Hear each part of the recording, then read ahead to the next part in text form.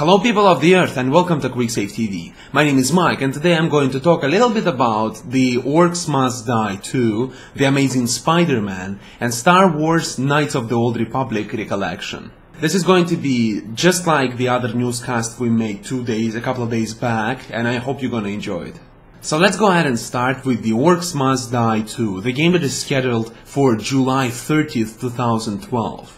The developers of The Orcs Must Die 2 promise us to have more of everything that everybody loved in the first game. They promised to add a co-op into the game by specifically adding an additional character. Now, except for having a War Mage, we're going to have a Sorceress, which are two distinct characters, with War Mage being a more aggressive character and the Sorceress being a more defensive, mind-controlling kind of woman, which will be very interesting to see in a cooperation with each other. So if you have a friend to play this game with, it's going to be much more fun. At the same time, they plan to add additional enemies such as trolls, bile bats, earth elementals and other kind of things, which all look great, and it all looks in the same style the Orcs Must Die 1 actually looked. At the same time, they overhauled the system, the way you unlock different things. Now we will have in total 225 additional things to unlock, meaning we'll have traps, we'll have weaponry and stuff to unlock, meaning that you can actually tailor the way you want to play the game just the way you want.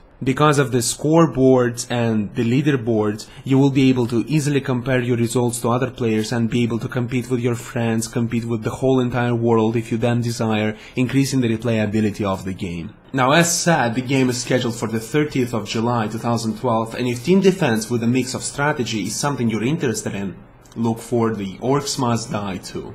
The other game to look for is The Amazing Spider-Man that's coming out in just about a month. The new Amazing Spider-Man will again bring the Spider-Man to New York in the race to save Manhattan. In essence, again, we have a big evil guy threatening the Manhattan, blah blah blah. And the key of the game, just as always it was with the Spider-Man games, is that you can perform these acrobatic etudes with the Spider-Man, with his spider web. You can fly all over the city, and as they claim, the developers claim that it's a free roaming game. Now, I expect it to be fully full of shit. I expect it to be a fully linear game with certain deviations in which you can go here and there, just get some tricks and secrets and whatever, just as it was in Spider-Man 2, which is not exactly the definition of free roaming game, but at the same time, it is quite fun for what it is, and the game will be available for everyone who reached the teenage age. I don't know how to put it better.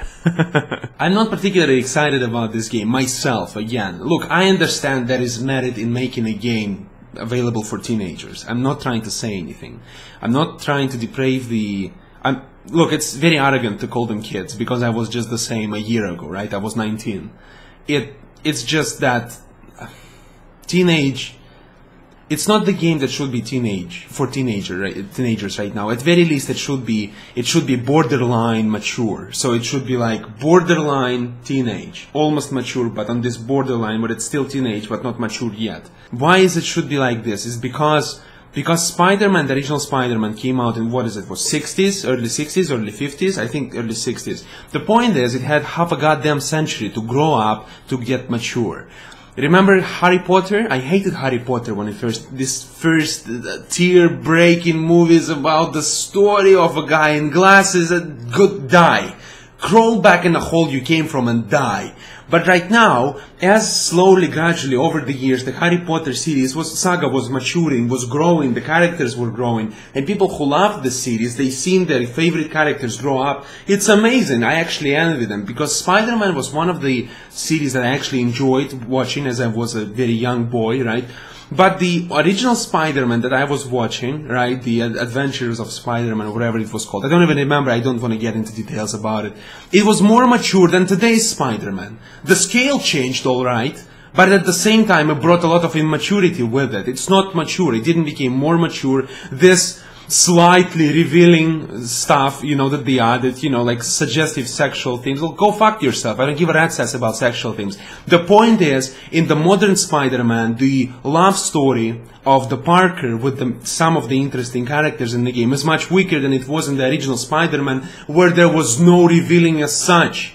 How about that? That's what's important. The story was much more mature in the past, now it's much less mature. What happened to them, I don't know. Not only in half a century Spider-Man didn't grow up one bit, he actually became more immature, thus my interest just faded away. We seriously need some serious cartoons getting out right now, because this current situation is just getting on my goddamn nerves. I cannot even look at it straight anymore. I mean, we really need the coming back of the Spawn animated series so that it kicks ass of everything else on the field, you know, giving the real interesting cartoon story, okay? That's my opinion. But of course, you know, if the semi-free roaming kind of gameplay is what you're looking for, Spider-Man, the Amazing Spider-Man is something for you to look out for. And the third game in the discussion today is going to be Star Wars Knights of the Old Republic collection, which will probably include the original Star Wars Knights of the Old Republic and the Star Wars Knights of the Old Republic 2.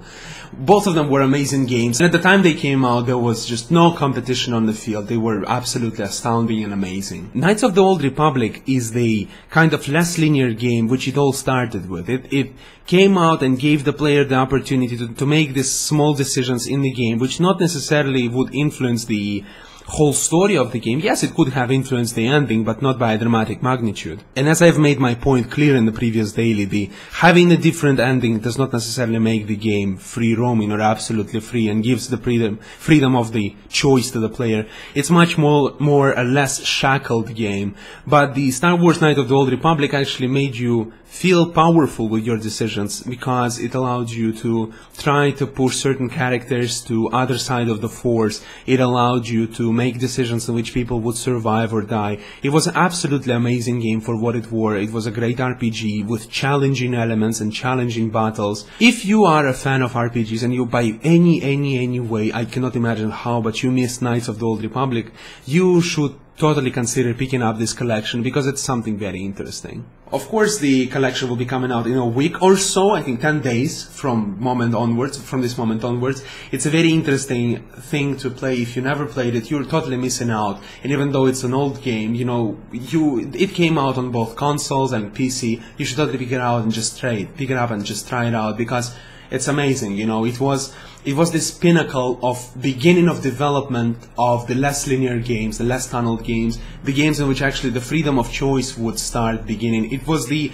great inspiration for the games such as Mass Effect later on, where they even evaluated all these things and gave you even more freedom in decision making. Star Wars the Knights of the Old Republic is an amazing RPG which you totally should not miss out. And that's about it for today's daily. I hope you enjoyed that, and if you did, please go ahead and subscribe to my channel, QuickSaveTV. This would be an immense help to me to develop and grow my channel, and of course I would really appreciate it. Stay tuned for more content and have a great day.